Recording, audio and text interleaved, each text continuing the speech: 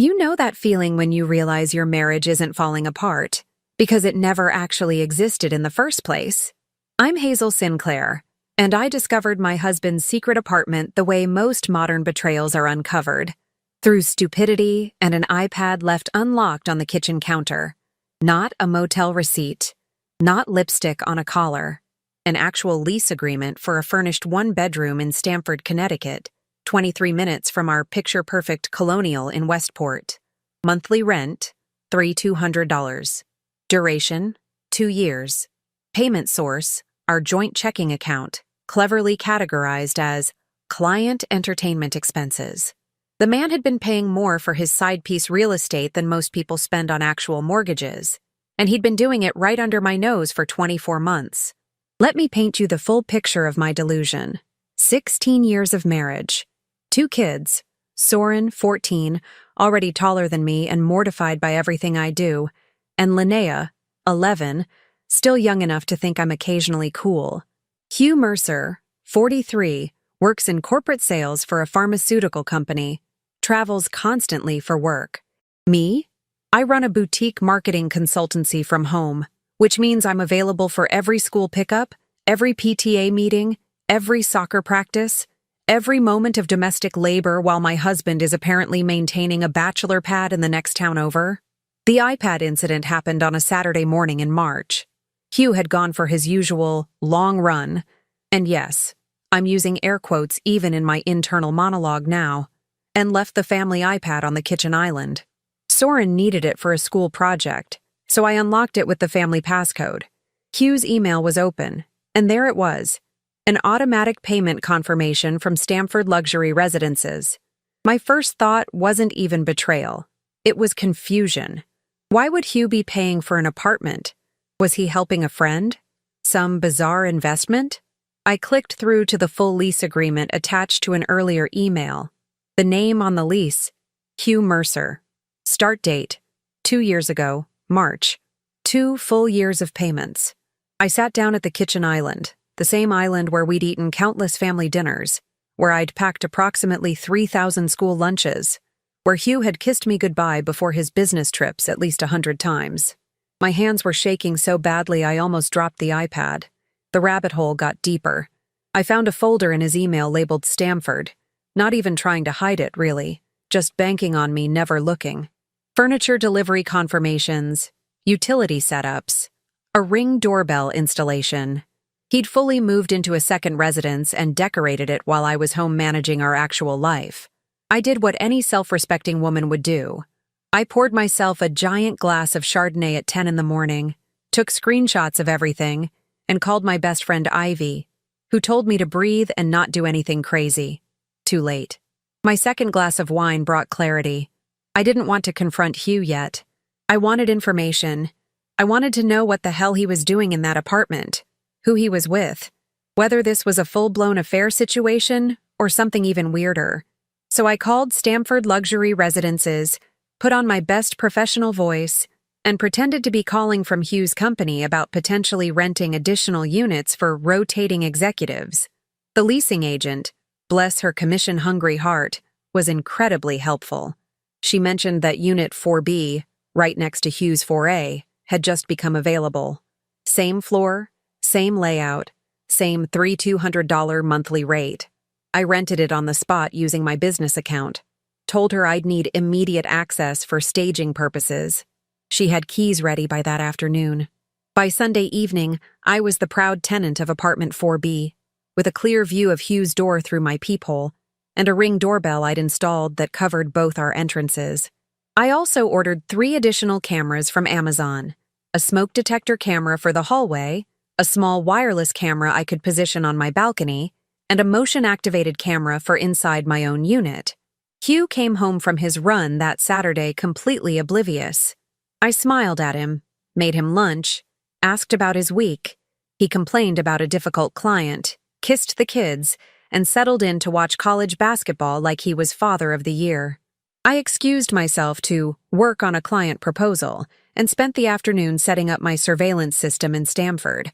My apartment was barely furnished. I'd grabbed some essentials from Target, but I didn't need comfort. I needed answers. The first week of footage was almost disappointing. Hugh showed up Monday after work, changed into sweats, ordered Thai food, and watched TV alone. Tuesday, same thing. Wednesday, he actually fell asleep on the couch by 8 p.m. I started wondering if this was some kind of bizarre man cave situation, like he just needed space to decompress. Pathetic and financially insane, sure, but maybe not a fair territory? Thursday changed everything. At 7:15 p.m., a woman I recognized immediately appeared on my hallway camera. Maren Walsh, Hugh's personal trainer from the gym we both belonged to. Mid-30s, blonde, extremely fit, the kind of woman who posts workout selfies with motivational quotes. She knocked on Hugh's door carrying a gym bag and a bottle of wine. He answered in a button-down shirt. Actual effort clothes. They kissed in the doorway, not a friendly peck, a full romantic kiss, and disappeared inside. I sat in my empty apartment next door, 20 feet and one wall away from my husband kissing another woman, and felt my entire reality crack. I wanted to burst through the door. I wanted to scream. Instead, I saved the video file with a timestamp and poured another glass of wine. Maren left at 10:30. I documented that too. But here's where it got truly unhinged. Tuesday evening, a completely different woman showed up. Celeste Porter, one of Hugh's co-workers I'd met at multiple company events. We'd made small talk at the holiday party. She'd complimented my dress, and now she was letting herself into my husband's secret apartment with her own key. By the second week, I'd identified a pattern. Thursdays were Maren, Tuesdays were Celeste, and Sunday mornings, when Hugh told me he was training for a half marathon that I'm now certain he never planned to run, he had visits from a woman I didn't recognize, but whose face I reverse image searched until I found her LinkedIn. Thea Morrison, Hugh's ex-fiancée from his 20s, who supposedly lived in Seattle, who apparently did not live in Seattle. My husband wasn't having an affair. He was running a rotating schedule of affairs like he was managing a timeshare. He had a Google Calendar of infidelity. The worst part wasn't the cheating. I know that sounds insane, but stay with me. The worst part was realizing I'd been the chump enabling all of it while thinking I was being a supportive wife. Every time Hugh said he needed to travel for work, I packed his suitcase. I made sure he had clean clothes, toiletries, his favorite snacks for the plane. I coordinated the kids' schedules around his absences. I told them, Dad's working so hard for our family, while he was literally 20 minutes away playing house with 3 other women in an apartment I was helping pay for. The math haunted me. $3,200 a month for 2 years equals $7,800. $76,000 of marital assets spent on maintaining a space to cheat on me. Money that could have gone toward Soren's college fund, Linnea's braces she desperately needs, the kitchen renovation I'd been asking about for years. Instead, it furnished Hugh's infidelity station. I started going through our finances with a forensic accountant's precision. The client entertainment category was a masterpiece of deception. Dinners I'd assumed were business meetings, delivery orders to Stamford, conference registration fees, furniture from West Elm. The man had been embezzling from our marriage to fund his side life, and I'd been signing joint tax returns none the wiser. My surveillance footage became both my obsession and my evidence archive. I watched Hugh arrive every Monday through Wednesday, always between 6:30 and 7 p.m. He'd changed his routine since I started watching more carefully. Sometimes he brought groceries, whole meal prep situations from Whole Foods, like he was playing house. He'd cook dinner for himself, something he never did at our actual home, where apparently the kitchen was my domain. The Thursday sessions with Maren followed a pattern. She'd arrive around 7, they'd disappear for an hour or so, then she'd leave looking refreshed and satisfied while my husband poured himself a victory bourbon on the balcony. I could see him through my carefully positioned camera, looking so proud of himself. Just living his best life while I was home helping our daughter with algebra homework. Celeste's Tuesday visits were longer, more domestic. She'd bring work files, they'd sit at his dining table with laptops, then transition to more personal activities. She'd sleep over sometimes, leaving Wednesday morning around 6, which explained why Hugh's early morning flights never seemed to require him coming home for his suitcase.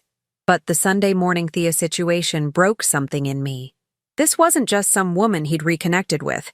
This was his ex-fiancée, the one he'd told me he'd ended things with because she wasn't ready for commitment.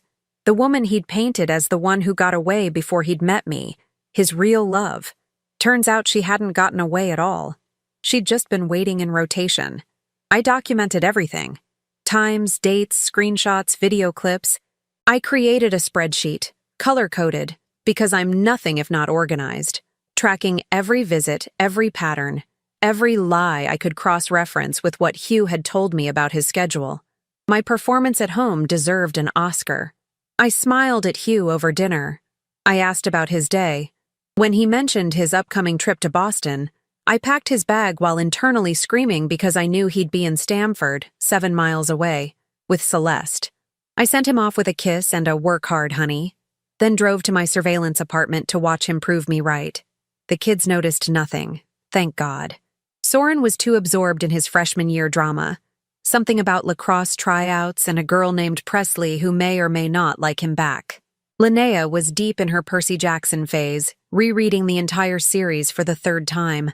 They existed in their teenage and tween bubbles while I uncovered their father's entire secret life, 23 minutes away. My friends thought I was handling Hugh's busy season remarkably well. "You're so patient," they'd say at book club, sipping wine in someone's renovated kitchen while I smiled and nodded, knowing I was anything but patient. I was building a case. I was gathering ammunition. I was planning a reckoning. The breaking point came on a Wednesday in early May. I'd been conducting my surveillance for 6 weeks. I had hundreds of hours of footage, dozens of documented visits, a financial paper trail that would make a divorce attorney salivate. But I hadn't confronted anyone yet because I still didn't know the full scope. Then I saw Hugh's calendar, the real one, not the sanitized version he shared with me through our family Google account. He'd left his work laptop open at home while he showered before heading to Stamford. I couldn't help myself. I opened his personal calendar, and there they were. Color-coded entries. Yellow for Marin, blue for Celeste, pink for Thea, each with recurring weekly slots like they were staff meetings. There were even backup dates marked, alternate times if someone canceled. He'd literally created a relationship management system for his affairs. But the detail that made me laugh, actual, slightly unhinged laughter, was the notes section.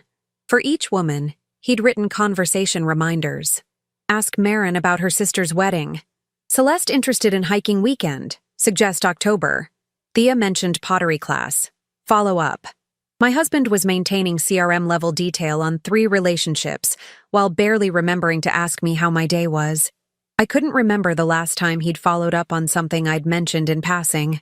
Last month, I'd told him I was considering taking a certification course, and he'd just nodded without looking up from his phone. But apparently, Thea's pottery aspirations required calendar notation. I took photos of everything. Then I closed the laptop, walked back downstairs, and told Hugh I was running to Target. Instead, I drove to Stamford, sat in my empty surveillance apartment, and made a decision. I wasn't going to confront Hugh yet.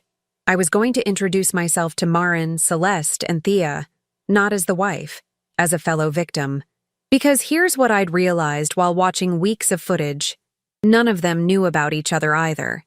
Hugh had created separate realities for 4 different women, each of us thinking we were the main character in his life. Each of us believing his lies, his schedule, his carefully constructed stories. I'd been the legal wife, sure, but Marin thought she was his girlfriend. Celeste thought they were in a serious relationship headed toward him leaving his unhappy marriage. And Thea, from what I'd pieced together through some Instagram detective work, thought they were rekindling their great lost love after years apart. We were all playing roles in Hugh's fantasy life, and none of us had the full script. So I decided to give us all the truth. Every devastating, humiliating, infuriating piece of it. Reaching out to the women your husband is cheating with requires a specific kind of strategy. You can't lead with anger. They don't know you, and they don't owe you anything. You have to lead with evidence and empathy. "We're both being lied to" carries more weight than "stay away from my husband." I started with Marin because her schedule was most predictable. I created a burner Instagram account, nothing personal, just a blank profile. I sent her a DM on a Friday morning. "This is going to sound crazy, but I think we're seeing the same guy." Hugh Mercer? I have proof he's not who he says he is. Can we talk? She responded within an hour. Who is this? I sent her 3 photos from my surveillance footage. Hugh kissing her at his apartment door. Hugh with his arm around her walking to the parking garage. Hugh's wedding ring clearly visible in one shot, because apparently he couldn't even be bothered to take it off consistently. I'm his wife, I wrote. And I know about Celeste and Thea too. This isn't about fighting. It's about all of us knowing the truth. Are you free for coffee? To her credit, Marin agreed to meet. We chose a Starbucks in Norwalk, neutral territory, far enough from both Westport and Stamford that we wouldn't run into anyone we knew. I arrived early, positioned myself in a corner with a clear view of the door, and waited. She walked in looking exactly like her Instagram photos. Athleisure perfection, high ponytail, minimal makeup, the kind of effortless fitness influencer aesthetic that probably took an hour to achieve. She spotted me immediately. I'd told her I'd be wearing a gray sweater and holding a manila folder. The folder was a nice touch. Nothing says, I mean business, like physical documentation. Hazel? She asked, standing a cautious distance from my table. Marin. Thanks for coming. I gestured to the chair across from me. I know this is weird. I promise I'm not here to yell at you or cause a scene. I just think you deserve to know what's actually happening. She sat slowly, like I might lunge at her any second. Is he really married? 16 years, 2 kids, Soren's 14, Linnea's 11. I slid my phone across the table, showing our family photo from last Christmas. Hugh with his arms around all of us. Everyone smiling at the camera like a stock photo of suburban happiness. This was taken 4 months ago. Marin stared at the photo, her face crumbling. He told me he was divorced, that the papers went through last year. He said his ex-wife was difficult about custody, so he couldn't introduce me to his kids yet, but that we'd be public soon. Not divorced, very much still married. In fact, I didn't even know you existed until 6 weeks ago when I accidentally discovered he's been paying for a secret apartment where he's been conducting an entire separate life. I showed her the surveillance footage on my laptop, her Thursday visits, Celeste's Tuesday visits, Thea's Sunday morning appearances. I'd edited together a highlight reel, timestamps and all, documenting 6 weeks of Hugh's rotating schedule. Marin watched in silence, her jaw tightening with each clip. When I finished, she looked up at me with tears streaming down her face. What kind of person does this? The kind who thinks he's smarter than everyone around him, I said. And honestly, he almost was. If he hadn't left his iPad unlocked, I'd still have no idea. You'd still think you were his girlfriend. Celeste would still think they had a future. None of us would know. Who's Thea? Marin asked, pointing to the Sunday morning footage. His ex-fiancée from before he met me. Apparently she never went away like he claimed. She's been part of this rotation from the beginning. Marin sat back, processing. Every Thursday for 8 months. I rearranged my entire client schedule for Thursday evenings because that was the only night he had free. I turned down other dates. I told my friends I'd met someone special. I packed his suitcases for fake business trips while he was 20 minutes away with one of you, I countered. Trust me, we've all been played. We sat in shared misery for a moment. 2 women who'd been loving the same man under completely different pretenses. Then Marin's expression shifted from devastated to calculating. What are you going to do? She asked. That depends. I'm reaching out to Celeste and Thea next. If they're willing to meet, I have an idea. I leaned forward. I don't want revenge. I want accountability. I want him to face all of us at once and explain how he justified this to himself. Marin's smile was sharp. I'm in. Whatever you're planning, count me in. Contacting Celeste required more finesse. She worked with Hugh, which meant she had more invested in keeping things quiet. I couldn't risk a public message that might tip off anyone at their company. Instead, I waited until I saw her leaving the apartment on a Wednesday morning and followed her to her car. Professional stalker behavior? Absolutely. Necessary? Also yes. Celeste? I approached her in the parking garage, making sure to seem non-threatening. I'm Hazel Sinclair, Hugh's wife. I need 5 minutes of your time. Please. She froze, keys in hand, looking ready to bolt. I don't know what you're talking about. Apartment 4A. Tuesday nights. You have a key. I have video footage. I held up my phone showing a still image of her entering Hugh's apartment. I'm not here to fight. I'm here because you deserve to know you're not the only one. That got her attention. What do you mean? I gave her the same presentation I'd given Maren. The evidence, the timeline, the other women. Unlike Maren, Celeste's reaction was less emotional and more coldly furious. That absolute bastard, she said when I finished. We've been talking about moving in together. He said he was just waiting for the divorce to finalize, that his lawyer was handling everything. I've been looking at apartments for us. He's not getting divorced. He's got a color-coded calendar managing all of you like your quarterly business reviews. Celeste laughed, but it was bitter. Of course he does. God, I work with this man. I've covered for him in meetings. I've backed up his fake travel stories to our boss. I've been complicit in my own deception. So have I said, for 16 years, which is why I'm proposing we all stop. I'm listening. Thea was the hardest to locate because she was the least predictable. She didn't come every Sunday.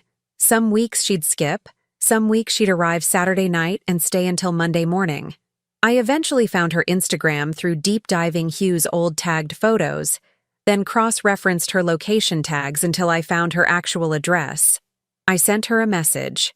My name is Hazel Sinclair. I'm Hugh Mercer's wife. Before you delete this, please know I have information about him you need to see. This isn't a threat. It's a warning. Can we talk? She called me directly. How did you find me? The same way I found out about you, Maren, and Celeste. Persistence and surveillance equipment. I heard her sharp intake of breath. Look, I know this is insane, but Hugh has been lying to all of us, and I think we deserve to confront him together. There are 4 of us that I know of. There could be more. Thea was quiet for a long moment. Then, when and where? We met in person one final time before execution day. All 4 of us, at my surveillance apartment in Stamford. The irony of using Hugh's building for our planning session wasn't lost on anyone. Maren brought wine. Celeste brought a printed timeline of Hugh's lies cross-referenced with his work calendar. Thea brought screenshots of their text conversations going back 2 years. I brought my complete surveillance archive. We compared notes, filled in gaps, constructed a complete picture of Hugh's deception. The contradictions were almost comical.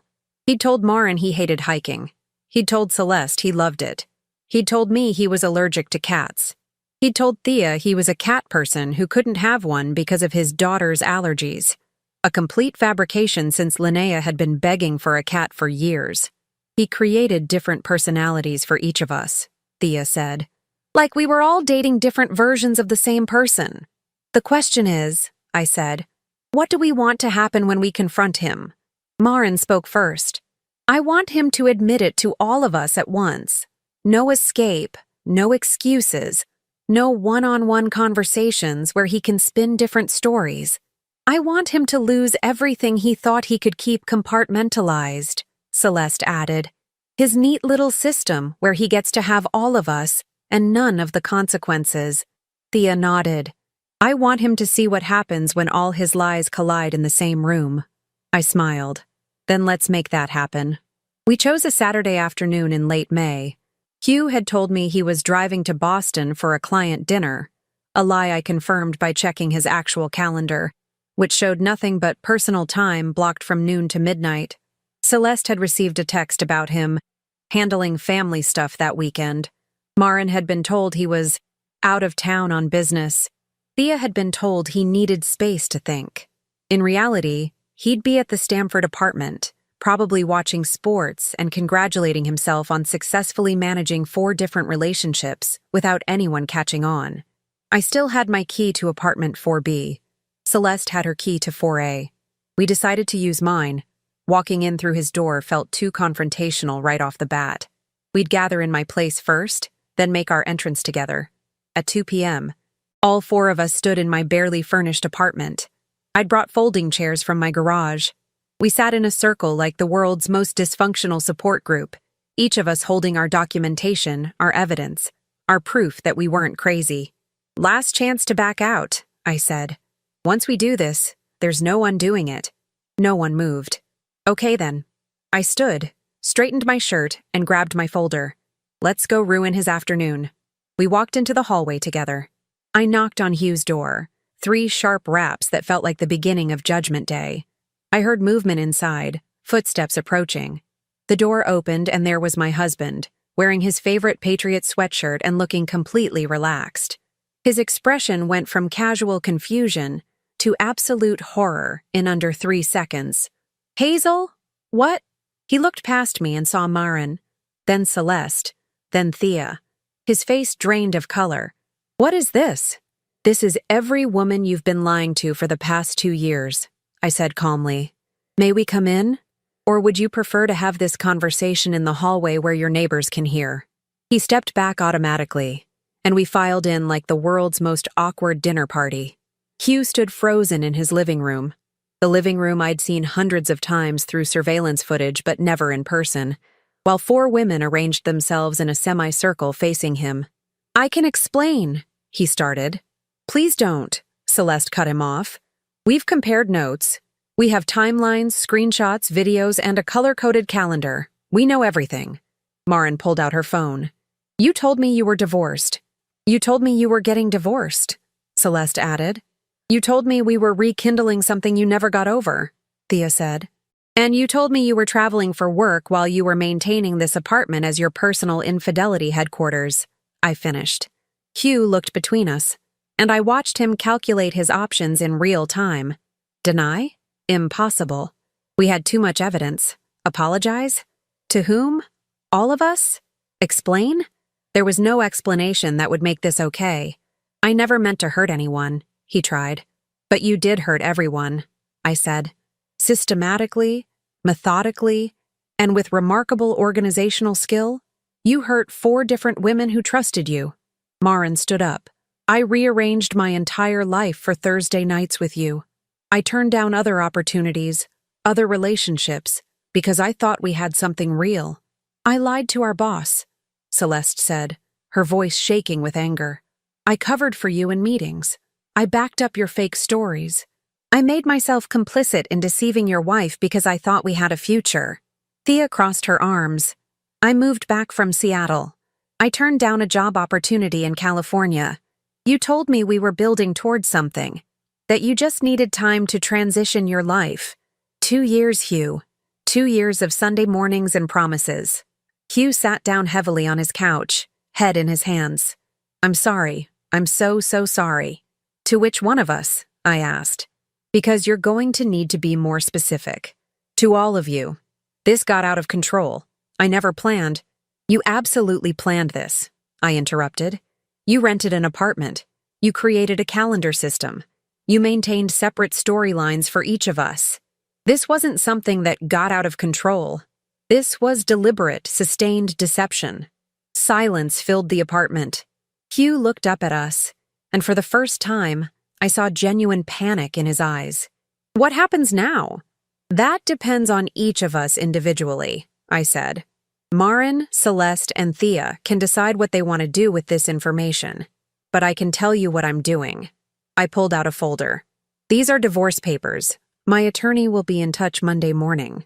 I'm filing for divorce on grounds of adultery with documentation that will ensure I get primary custody of our children and a significant portion of our assets. Hazel, please. I'm also informing your company's HR department about your relationship with Celeste, which violates your fraternization policy, especially since you're her superior. Celeste nodded. I've already drafted my statement.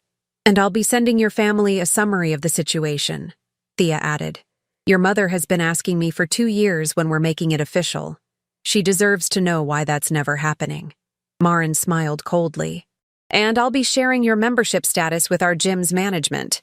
Turns out, using the facility to recruit affair partners while lying about your marital status violates the code of conduct. Hugh looked between us, reality crashing down. You're going to destroy my life. No, I corrected. We're going to reveal your life. There's a difference. You destroyed this yourself. We're just making sure everyone sees the damage. The aftermath was swift and brutal. Within a week, Hugh had moved out of our family home and into apartment 4A full-time, the only address he had left since I'd changed the locks in Westport. His company launched an investigation into his relationship with Celeste, resulting in his demotion and transfer to a regional office in Hartford. The gym revoked his membership. His parents, horrified by the details Thea provided, cut off the financial support they'd been giving us toward the kids' college funds, which turned out to be routed through Hugh's personal account anyway. The divorce proceedings were remarkably efficient when one party has 2 years of documented infidelity and financial fraud. My attorney had a field day with the $76,800 in marital assets Hugh had spent on his secret apartment. The judge was not amused. Marin, Celeste, and Thea each went their separate ways. We weren't friends. Our connection was born from shared trauma, not genuine compatibility.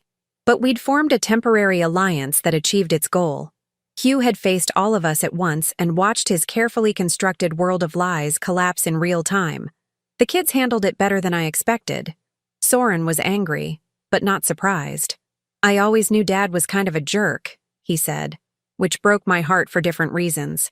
Linnea cried but rallied quickly, especially when I told her we could finally get the cat she'd been begging for. We named her Justice, which felt appropriate. 6 months later, I finalized the divorce. I got the house, primary custody, 70% of our assets, and enough alimony to ensure the kids' lives wouldn't be disrupted by their father's choices. Hugh got his apartment, his weekend visitation rights, and the reputation of being the guy who maintained a secret apartment for affairs while married with kids. The Stamford Luxury Residences complex became a monument to his poor choices. Every month, he writes a check for $3,200 to live in the same space he used to destroy 4 relationships simultaneously. The neighbors know. The leasing office staff know. Everyone knows. And me? I'm living in our house with my kids and a cat named Justice, running my consulting business without the constant background stress of managing someone else's lies. Soren made the lacrosse team. Linnea got her braces. We're figuring out our new normal, and it turns out normal is pretty great when it's not built on a foundation of systematic deception. There's a peculiar freedom that comes from discovering the worst-case scenario is real. All those years I'd occasionally worried, is he cheating? Does he still love me? Am I enough? Turned out to be valid concerns. But instead of vindicating my anxiety, the confirmation somehow released me from it. I wasn't paranoid. I was right. And being right, even about something terrible, brings its own clarity. People ask me if I regret not confronting Hugh immediately, if I wish I'd skipped the whole surveillance phase and just demanded answers that first Saturday morning. The answer is no. The evidence wasn't for him. He knew what he'd done. The evidence was for everyone else. For the divorce judge who needed documentation. For Marin, Celeste, and Thea, who deserved proof they weren't losing their minds. For my kids, who'll someday be old enough to ask detailed questions about why their parents split. And maybe, selfishly, for me. For those 2 months I spent gathering footage, I was in control of something in a situation designed to strip me of control. Hugh had orchestrated 16 years of strategic deception. I orchestrated 2 months of strategic revelation. It doesn't balance the scales, but it helped me feel less powerless. The most surprising part of the aftermath wasn't the divorce or the financial settlement, or even Hugh's spectacular fall from grace in his professional and social circles.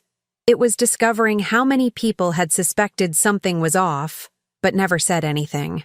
My neighbor mentioned she'd noticed Hugh's car wasn't in the driveway during several business trips.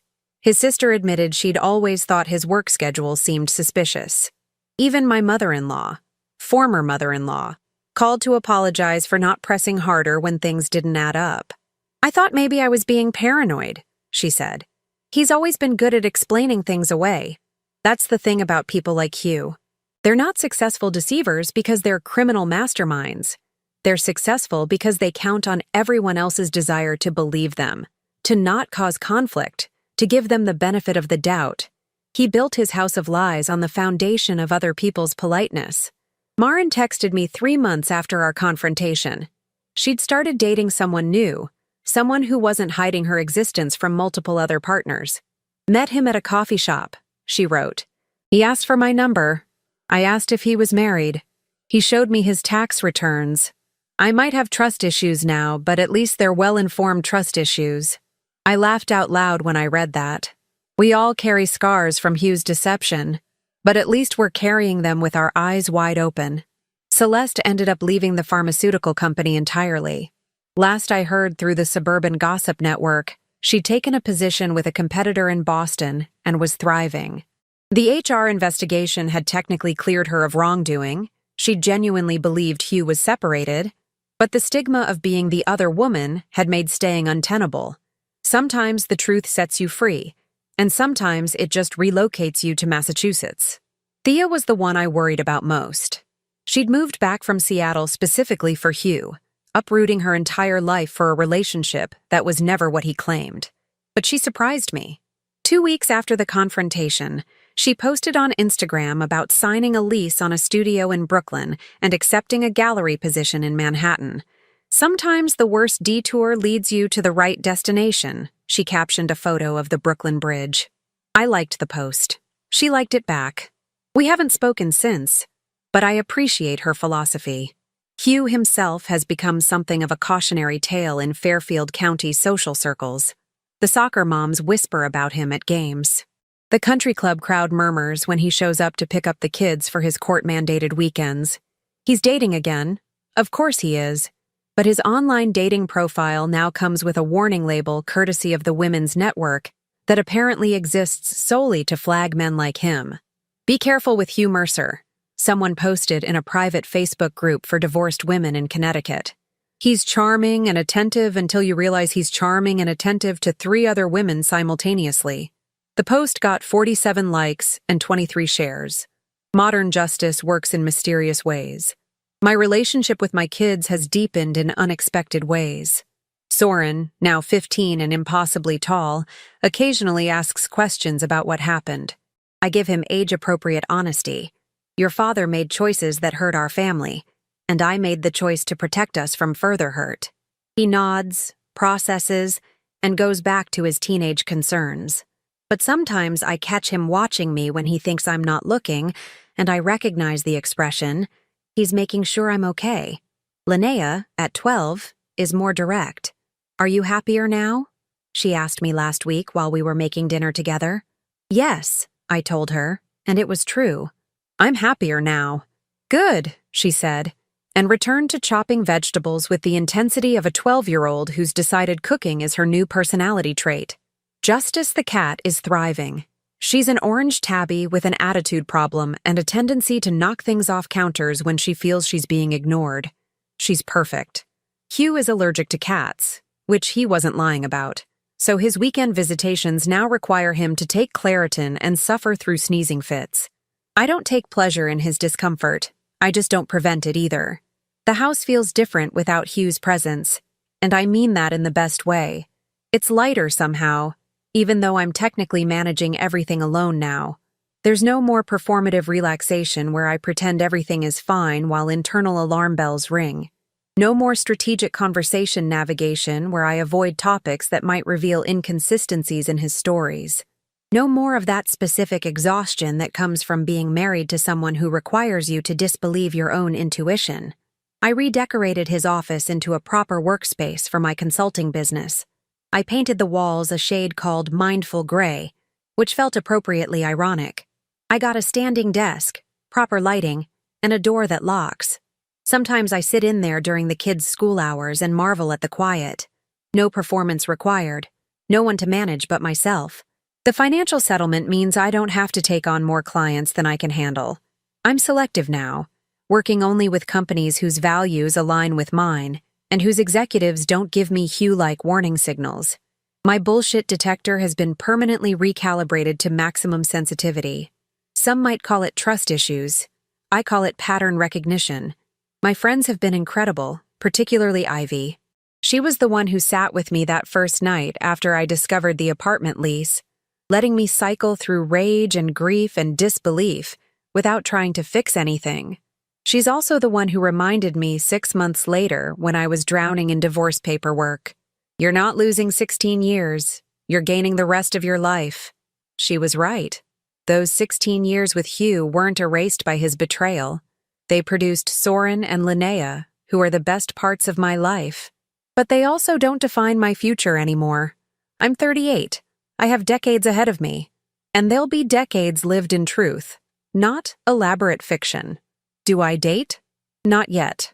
Honestly, the idea of trusting someone with that level of intimate access to my life makes me exhausted. Maybe someday. Maybe never. I'm remarkably okay with both possibilities. There's something powerful about realizing you don't need a partner to feel complete, especially after spending 16 years with one who made you feel perpetually incomplete. The Stamford apartment building still sends me occasional emails. Apparently, I never officially closed my account after canceling my lease. They're offering a special on 2-bedroom units. I delete them without reading the details. I don't need that space anymore. I got everything I needed from apartment 4B: evidence, clarity, and the satisfaction of watching Hugh's carefully constructed world collapse in real time. Sometimes late at night, after the kids are asleep and the house is quiet, I think about that Saturday morning when I found the iPad on the kitchen counter. What if I hadn't looked? What if Hugh had remembered to close his email? What if I'd confronted him immediately instead of gathering evidence? But I didn't choose any of those paths. I chose surveillance, strategy, and solidarity with 3 women I'd never met. I chose documentation over confrontation. I chose to make sure everyone involved saw the full picture before making decisions about their futures. And given the outcome, my freedom, my peace, my cat named Justice, and my kids thriving in a home built on honesty, I'd make the same choice again. Here's what I know now that I didn't know before. You can survive discovering your entire marriage was built on lies. You can sit 20 feet from your husband while he's with another woman and not burst through the wall. You can coordinate with 3 strangers to orchestrate a confrontation that changes all your lives. You can divide assets, rearrange custody schedules, and explain infidelity to teenagers without destroying them. You can do all of it. And on the other side, you can find something that looks remarkably like happiness. The best revenge isn't elaborate schemes or public humiliation, though the confrontation certainly had elements of both.